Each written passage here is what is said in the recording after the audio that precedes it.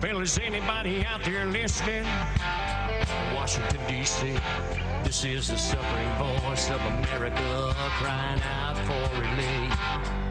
Now, I don't know what a gallon of gas cost up on Capitol Hill, but we sure know what it costs down here in reality. It's a common theme among conservatives and Republicans that we can drill our way to lower gas prices. Fix it. We gotta start right here at home. Drill here, drill now.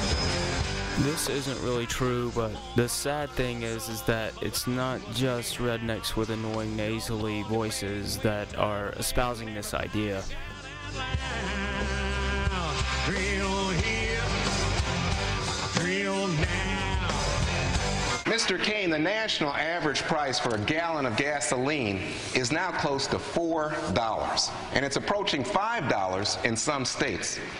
This affects prices obviously way beyond the pump. The cost of transportation drives up the cost of doing business and leads to higher food prices. So, Mr. Kane, what will President Kane do to alleviate skyrocketing gas prices? Contrary to what President Obama said when he stated that wasn't anything that he could do in the short term, that simply is not true. The one thing that the president can do is to establish a real energy independence plan.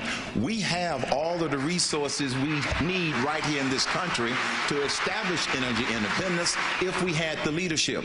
Now, the dynamics that impact the price of oil and ultimately the price of gasoline, getting it out of the ground, refinery and distribution, and speculators. If the world market believed that we were serious about energy independence and we were going to utilize all of our existing resources, the speculators would stop speculating up and they speculate down until we could get our own oil out of the ground. Well, he's definitely correct in that speculation does affect the prices, as we can see from this Reuters article, which shows that speculation drove the price up by $27 a barrel during the recent uptick. But speculators concentrate on the short-term gains and not the long-term gains, and that doesn't really apply to offshore drilling and that sort of thing. In addition, his whole entire argument is based on the idea that we do, in fact, have the domestic resources to achieve energy independence. So the question is where do these ideas actually come from? How do you square this? How do you square it when the American people are paying $3.59 a gallon for regular gasoline, yet Obama is allowing a $2 billion loan, floating it to Petrobras, say, hey, you know what? You guys drill, and get this. On the backside of that loan, we'll buy the stinking oil back from you. They have no risk. He's eliminating all risk, giving it to Petrobras. He's telling them to drill. This is a bogus claim. I'll leave the link in the description.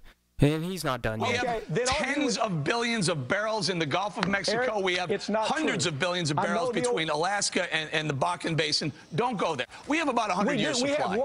I'm circling here, Bakken Basin here, Michael. That's in America. It's in Canada, but it's also in America. There could be up to 500 billion barrels in there. We just need to be able to get. Wow, 500 billion barrels. This just gets me so fired up. Drill, baby, drill.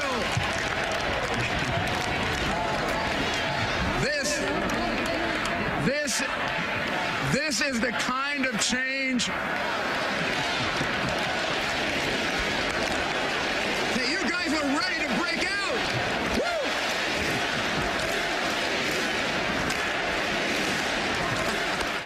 Shale is not oil, it's rock.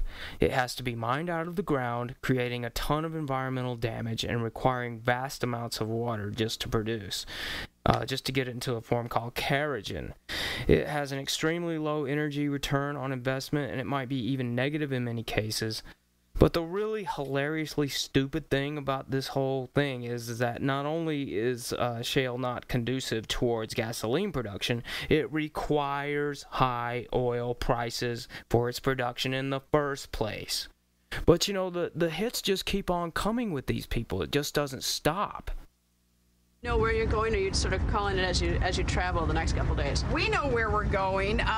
There's a couple of different reasons why we're not going to broadcast it to the whole world. One is security issues, but another is if the price of gas climbs much higher, right, Todd? We're not going to be able to go too far. So, in fact, I think one of the decals on the bus says "Drill, baby, drill" over the gas tank to remind people that, you know, when you're paying close to $5 a gallon, you can't go too far in a rig like this.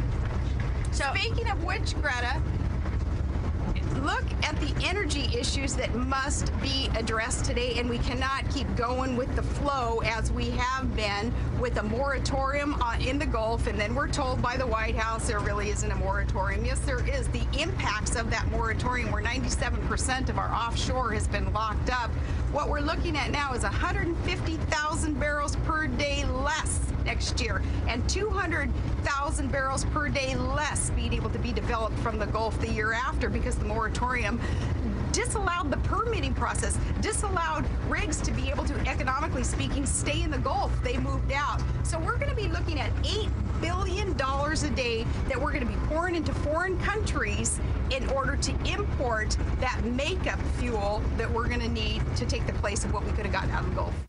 Yeah, $8 billion a day, I don't think so. We import about $1 billion a day. So I don't know where she got that number from, but she's talking about drilling in the Gulf of Mexico, offshore drilling. And I hope you were able to read the text on the screen there. It's from an EIA study, the same study that this graph is from. It's basically the best case scenario versus the worst case scenario. Now, the worst case scenario is the OCS limited case. And that case is based on 2008 limitations, going back before the ban was lifted. So in that, even in the best case versus the worst case, you only had a 3-cent difference at the pump. Are we going to have a worst case scenario? No. We're already giving out permits. We've given out 11 permits. And the Secretary of Interior is saying that safety compliance is a work in progress. But you know what? Maybe all of these people just need to get used to one very real idea.